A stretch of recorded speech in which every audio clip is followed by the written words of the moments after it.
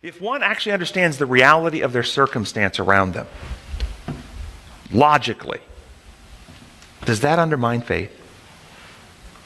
It's almost subtly suggested that's the case. It's not a matter of logical understanding of the circumstances around you, it's a matter of faith. Like they're somehow different. When a pregnant woman gets pregnant, goes into labor, when a pregnant woman goes into labor, what room do they put her in the hospital? Sometimes called the delivery room. Yeah, the delivery room. And what does she want to happen in there? She wants to be delivered. That's what she wants. And this process is painful, though, and stressful. If she has understanding of her situation, what's transpiring, does her knowledge lessen her faith in the doctor? How about she's had prenatal visits the whole way, and she's had a good relationship with her doctor, and she understands and knows her doctor well? Does that lessen her faith in her doctor to know him well? No. How about a case of a woman who presents to the emergency room with terrible abdominal cramps and pain, and she's actually in labor, but she didn't know she was pregnant. And she doesn't even know the doctor who she has to work with in the year. Does her faith get undermined by having less knowledge?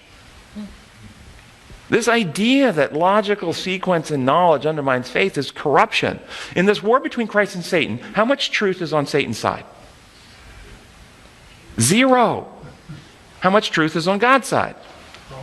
All. So if you're on Satan and you're battling for people's minds and you're on Satan's side of it and you want people on your side of it, you do not want them looking for truth. You do not want them looking for evidences, because the more truth and evidence they find, truth and evidence always leads back to God.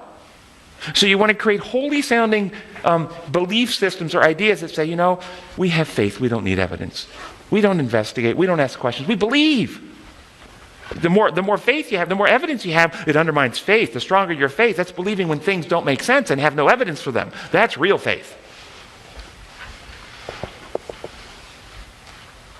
And I've read in Bible study guides things like, we don't need to have faith to believe the sky is over our head because we can look up and see it. We need to have faith to believe in the God who lives beyond the sky because we can't see him. If that were true, then does that mean when Jesus appears and we meet him face to face, we'll say to Jesus, Jesus, I used to have faith in you, but now that I see you, I don't have faith in you anymore? That doesn't make sense at all. Won't you have more faith when you meet him face to face? Yes? We need to be careful that not everything Satan tells us is a lie. When Satan tempted Eve at the tree, he said, your eyes, you shall be like God, knowing truth from error, or knowing good from evil. And that was the truth. Mm-hmm. The lie was, you will not surely die. So mixing lies and truth. Yes. So not everything we hear from Satan is a lie. See, Satan knows the truth about God's character is so overwhelmingly beautiful, consistent, reliable, trustworthy, altogether lovely, compelling, that if anyone after he gets a real view of who God is, they will be drawn to him in such overwhelming desire and affection and adoration that this is why he works so hard to keep people from looking. With a whole host of strategies.